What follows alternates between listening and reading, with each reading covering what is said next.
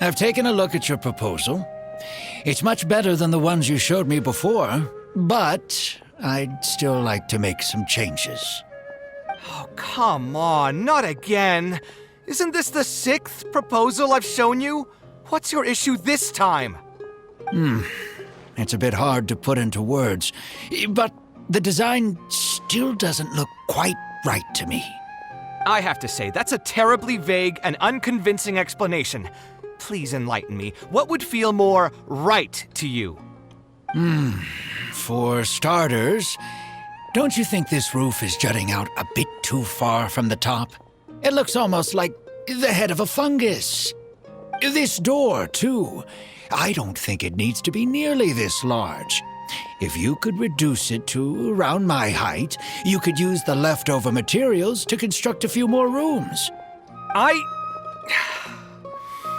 The roof and the door are the most fundamental parts of a building. If we were to change them, then what would be left of the design? Even if the soul of the building won't be lost, all traces of architectural style would be gone. Anyone with the slightest inkling of architectural knowledge would know to leave them alone. Oh, I understand the principles of what you are saying, of course, but the truth remains that I'm still a bit unhappy with the design as is. Is there anything else that you can do? Oh, actually, I just got an idea.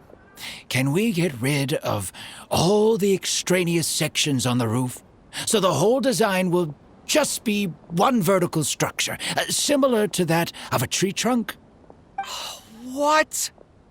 Don't architects often say that symmetry makes everything more balanced and pleasing to the eye? This way, the proportions will be completely balanced. I really don't know how you managed to come up with such a ridiculous idea. Wait, don't tell me. Someone hired you specifically to commission me and put me through the ringer? Come to think of it, though, I really don't think I've gotten on anyone's bad side recently. Anyway, that's it. I will not be working on this commission anymore. Goodbye. Maybe you can find yourself some other genius who'll be able to satisfy your demands.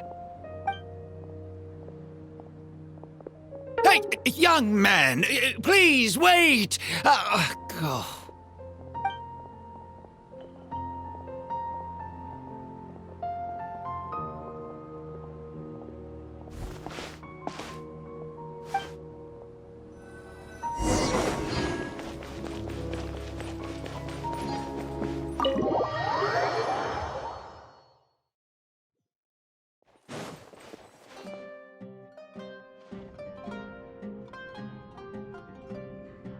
Taking this commission was truly the worst decision ever. Oh, hey, I wasn't expecting to run into you here. Actually, while we're on that, what are you doing here at the tavern? Don't listen to anyone who says that drinking is an elegant pastime. It's no good for your health. So you saw all that, did you? Ugh, I thought I was in the clear. I made sure to double-check that nobody I knew was around. Anyway, thanks for looking out for me. Honestly, it wasn't that big of a deal. I'm used to it by now. Stress is just an inescapable part of being a working adult. Boss, I'll have a glass of wine, same as last time. Do you want something too? I'll put it on my tab. Wine and a glass of juice coming right up.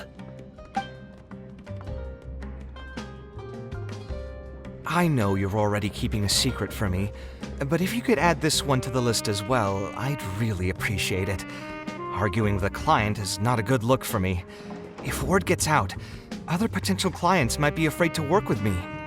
That guy, though, what was he even going on about? All those ridiculous demands of his? He's just a blabbering fool trying to act like a know-it-all.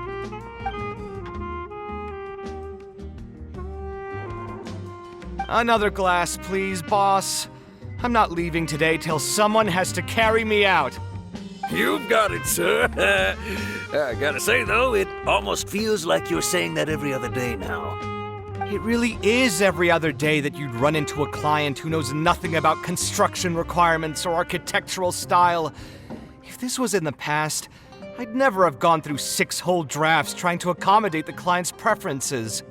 But perhaps getting used to this just means that I've grown numb to it. I've worked on so many projects since graduation, and none of them have been approved at the first pass. I would spend a lot of time altering my designs, and by the time the clients were finally satisfied, all my passion and enthusiasm would be gone. It feels like I'm straying further and further from my artistic vision with every change I have to make. I suppose, though, that just sticking to your guns and completely disregarding other people's feedback would also not be a good thing. All of this makes for a real paradox, one that particularly crops up in my work, too. In the end, what is the true meaning of art? Should I see it as a divine gift of inspiration from the gods, or an expression of the light of my own wisdom? Here's your drink. How are you already spouting nonsense after just one glass? Your tolerance is usually much better than that. Boss, what do you think is the meaning of art? The meaning of art? Really, my friend, who in Sumeru understands art better than you? Anyway, I don't know about art, but I do know that I'm interested in business, and some patrons are waiting to be served. So, you'll have to excuse me for now. Just holler if you need anything. What do you think, traveler? No worries. It was just an offhand question. It's been bothering me for a while. Even when I'm awake, the question haunts me like a bad dream. I still haven't found a good answer to it. Or maybe there was never a correct answer in the first place.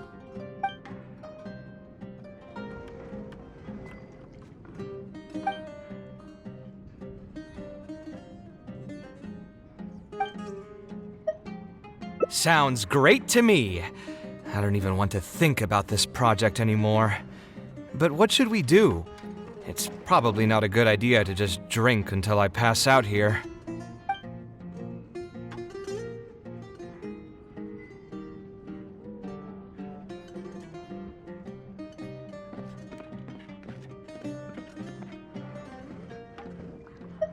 Huh? Where did that come from? I mean, it's not like it's some kind of secret. You probably already know some bits and pieces of my past. My mother is also an architect. I've always adored her drawings, and when I was young, I used to sit next to her and watch her bring all kinds of buildings to life on paper. You could say my interest in architecture just naturally grew with time. Perhaps. In fact, I have also seen my mother argue with her clients, but she would always quickly find the motivation to return to her work. Unfortunately, I've barely had any contact with her since she remarried and moved abroad. Even if I wanted to ask her about her ability to stay positive after an argument, it would seem rude to barge into her life again over something as trivial as that.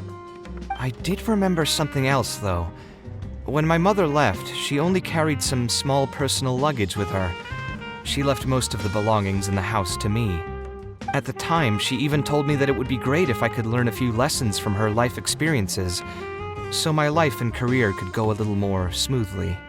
I hadn't quite come to grips with my emotions, and didn't really have it in me to go through any sentimental items, so I just packed anything with memories away in a box and haven't reopened it since. It's been a really long time.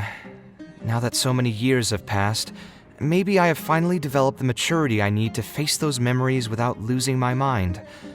Yeah, I should dig it out and take a look. Sorry, I've had too much to drink and wasn't thinking clearly. You're right. I should do these kinds of things with the support of a friend. Speaking of that, I can call you a friend now, right? Either way, thanks for reminding me that I can invite you to come along. Had I just gone back by myself, it would have looked like I'm deliberately trying to keep things from you. Thinking too hard about the words is giving me a headache, so I'll just give it to you straight. Thanks to your advice, I have decided to put my current projects on pause for now, and spend some time trying to rekindle the passion for my craft. If you want to stick around and see how this will turn out, you'll be sure to encounter some bits and pieces of my past. Do you think you'd find that too boring? All right, then let's head back together. I mean, you already know where I live. Who knew that the day would come when I too would have some friends over? Let me see. I should have tidied up the place before I left the house this morning. Alhaitham shouldn't be home now either. He's usually in the records room at this time of the day. Anyway, there's no more time for drinks. I'll go take care of the bill. More speed.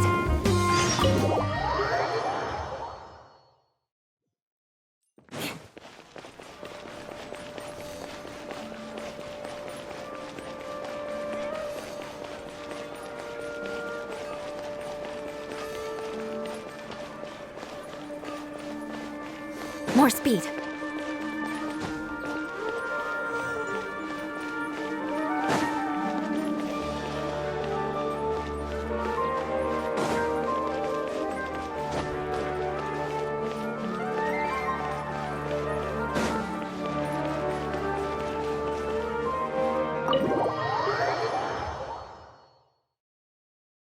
Alhaitham isn't in, so feel free to sit wherever.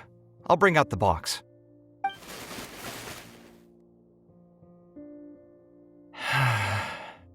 Oh, nothing. I just didn't realize how much time had passed.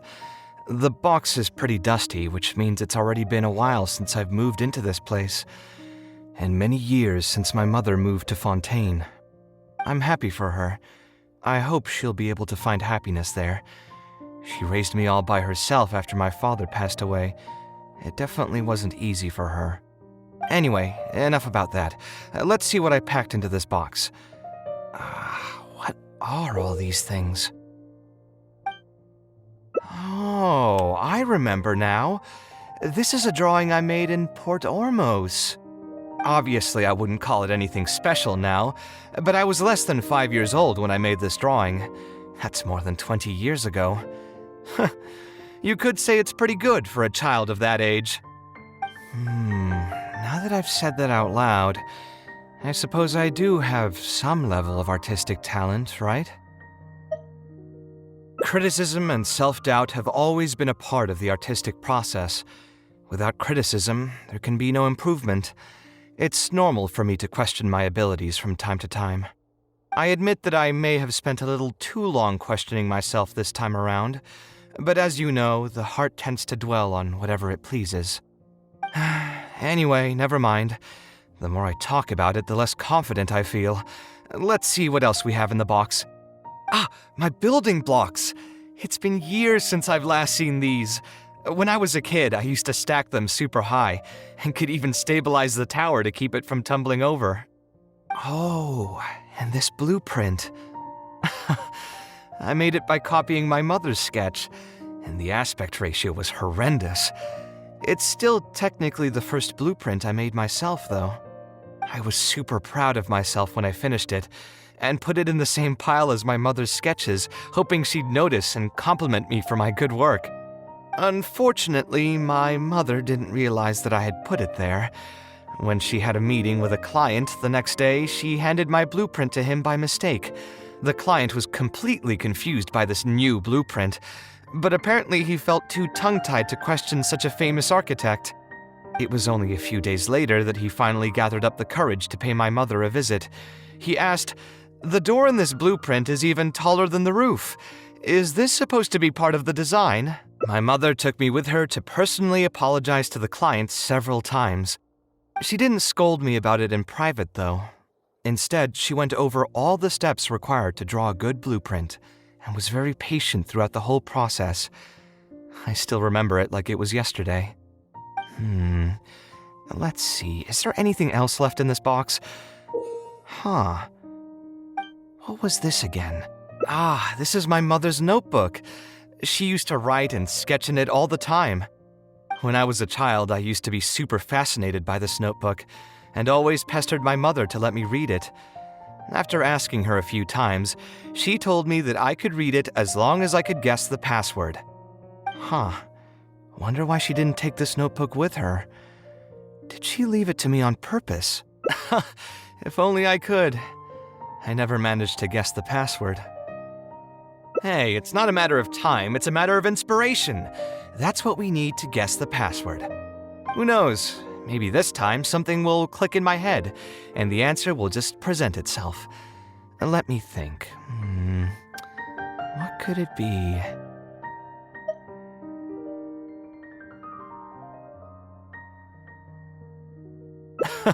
I could tell what you were thinking.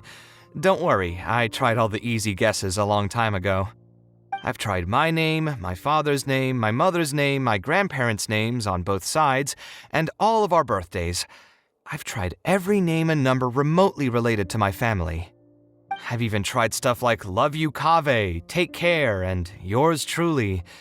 I've tried every cheesy phrase and well-wish in the book, but this lock has refused to budge. I wouldn't try that route again. I have a hunch that it won't be that simple. Also, if she really did use something like that, she'd never hear the end of it from the folks over at Haravatat if they ever found out. Yeah, you're right. Although I was hoping to find some words of wisdom from my mother, if I stop and think about it, her words may not be the advice that I need to hear right at this moment. Everyone's life journey is different.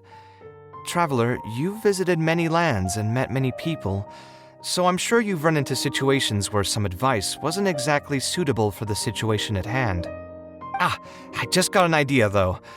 If I want to rekindle the creative passion that I had before, instead of trying to unlock an old notebook, why don't I take a walk around the parts of town that had changed my life? What do you think? I'm glad you agree. Then let's start by taking a quick stroll around the academia.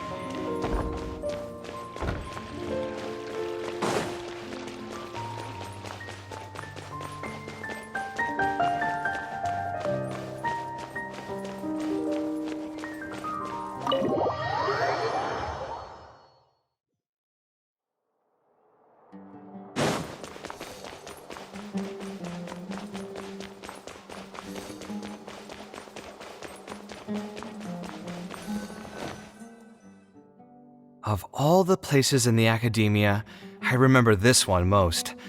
When my studies got busy, I used to pull all-nighters here trying to finish my blueprints. Who doesn't miss their time at the academia? Life was a lot simpler then, and we all had far less troubles. I created many designs that I thought were beautiful in the House of Dana. I drew whatever came to mind, since I didn't have to care about budget constraints or turning them into reality. If I had to give a reason, it'd probably be because I like the ambiance here. The academia also had a rule that allowed scholars to annotate any physical books they came across. As a result, the books here are chock full of scholars' wisdom across many generations.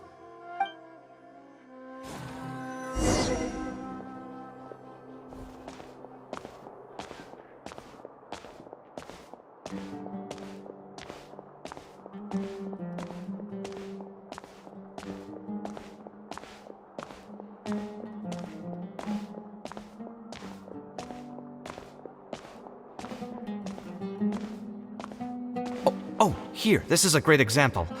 This book, History of Ancient Sumeru Architecture, contains some analysis that I did many years ago.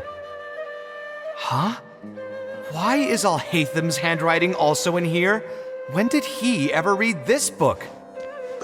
I guess it's probably from when we worked on that research project together.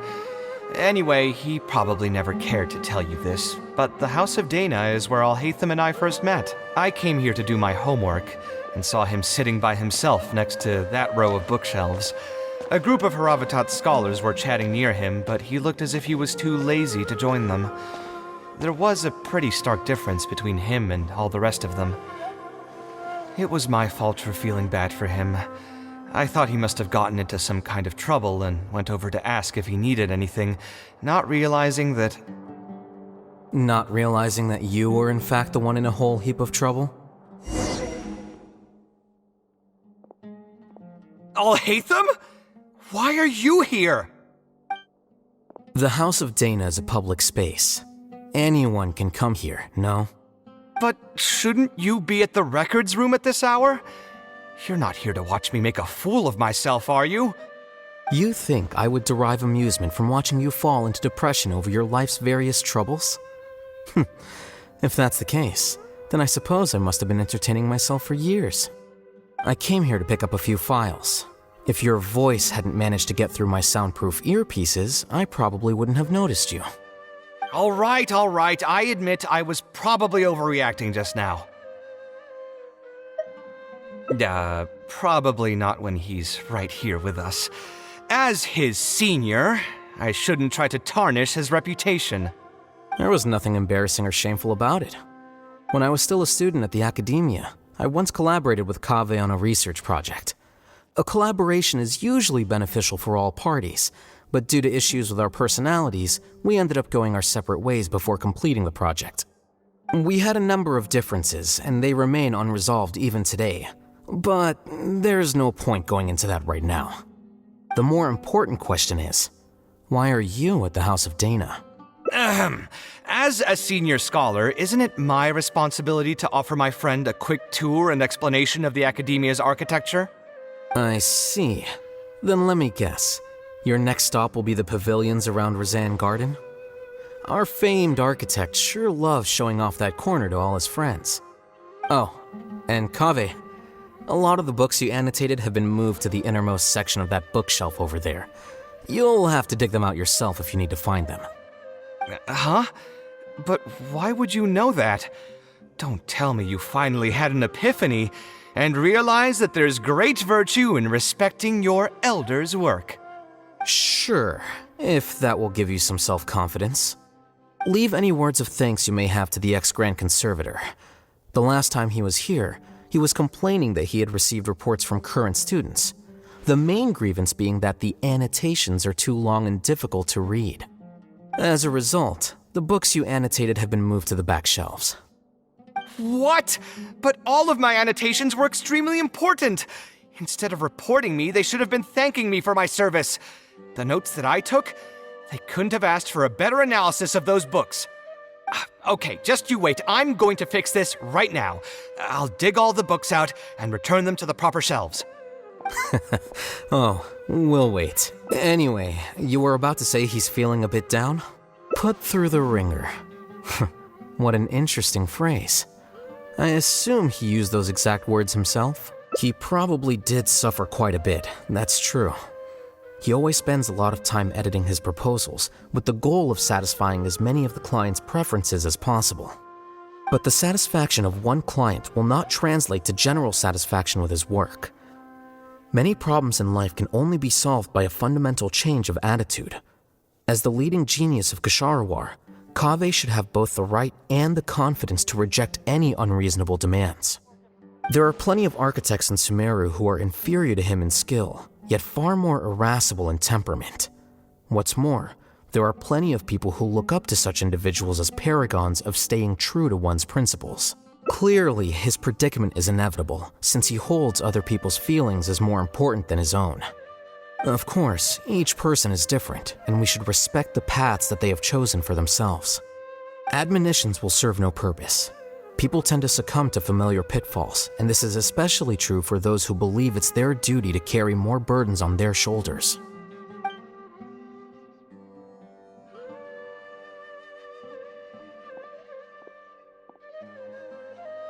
Looks like you were having an enjoyable chat while I was gone. Were you talking about me by any chance? What do you think? What else is there to talk about? Surely no one would be interested in talking about the files that you were browsing through earlier. Anyway, you should take a look at this. Look at this comment on page 82. Dear Kaveh, thank you so much for annotating this book in such detail. It was a great help to me. See that? Now that's how a student should treat their seniors. And it looks like you're already in a much better mood now. It really doesn't take much to make you happy, huh? Me happy? I'm mocking that retired blockhead for being so full of himself. He understands nothing about the true beauty of architecture. When I can find some time, I'll have a serious talk with him about making sure these books are put where they belong. Why don't you just move all the books yourself? It's not like he hasn't cursed you out before. What was that nickname he gave you while you were in the academia? The Urchin of Kasharwar? Kaveh had a habit of scribbling and writing in all kinds of books. Hey! You didn't need to bring that up. At least not when I'm still standing here. Oh, actually, I also found a really old sketch in one of the books over there. See? Doesn't it remind you of something?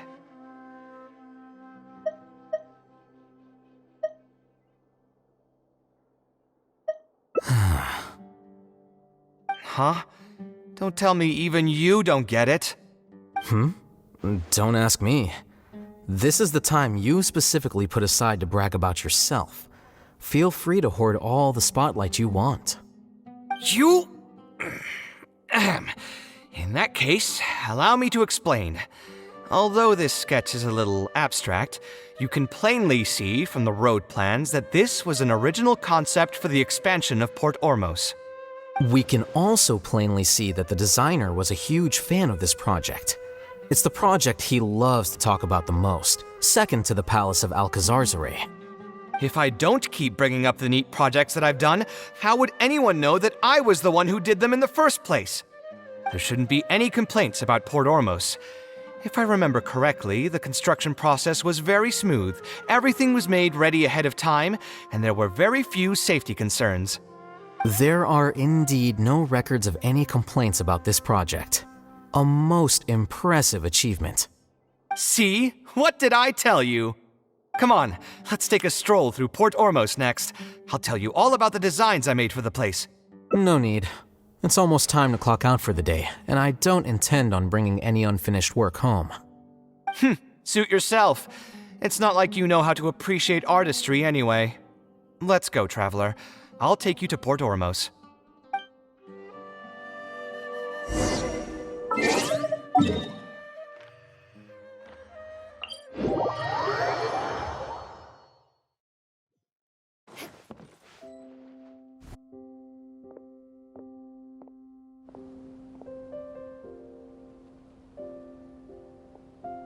Port Ormos. No, I didn't design any one specific building. Most of my work here concerned structural renovation. Port Ormos had already existed since I was still a young child. It wasn't as large as it is now, though. It only came to its current size after a sizable expansion. I was part of that project. The arch bridge over there, for example, that was one of my designs. When I was first tasked with the project, I decided to reference the growth patterns of nearby trees to split Port Ormos into 2 levels. My goal was to improve the overall utilization of space. We ran into a lot of issues during construction, but thankfully, we were still able to achieve the original vision. Residents can now behold all the ships entering and leaving the harbor from the vantage point of the bridge, while visitors can recognize the site of Port Ormos from a long ways away. I was still young and new to the trade back then. I could hardly believe that an idea in my head could become reality and remain in the world for many years to come. The true cornerstone of the creative process. The point about the design that will be ultimately used to judge its true worth. It was the first time that it became crystal clear in my mind. Once built, a building will continue to stand. Countless people will see it, and countless more will step inside it. Its final worth, whether it's good or bad, will be assessed by the countless generations of people that interact with the building during their lives. You think so? I'm glad to hear that. But even with this project, I still had one small regret. My budget was tight, and I was unable to use the higher quality timber I had originally intended for the design. I knew that some concessions on aesthetics would be needed as soon as I agreed to a proposal that prioritized the practical functions of the project. Us creative types know better than anyone that most projects cannot be completed without a few regrets. Even the Palace of Alcazarzaray was not perfect. Yeah, you're right. I should learn to look toward future opportunities and believe that any regrets I have can be overcome in time. We've spent long enough here. There's still one last place I want to go, but it's a little far. Would you be interested in a quick trip to the desert? Great. Most of my projects over the last few years have had something to do with the desert, partially because there's a special place there that I often visit. This is a rare opportunity, so why don't you come along and see it for yourself? If you ever feel down, maybe you'll be able to go there and feel better too.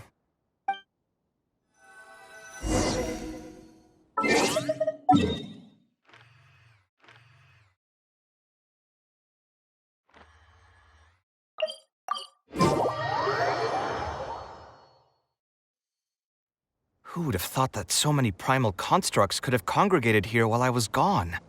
We won't be able to sit and talk peacefully with these guys around. Let's clear the area.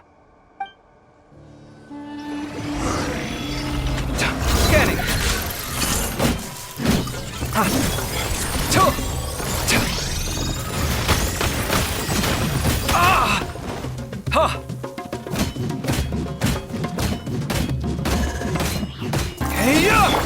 I condemn you! Touché!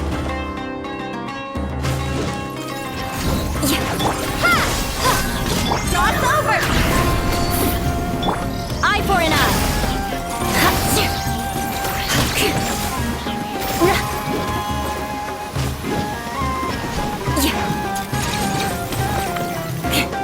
I condemn you! More speed! Freeze to the core! Rack and ruin!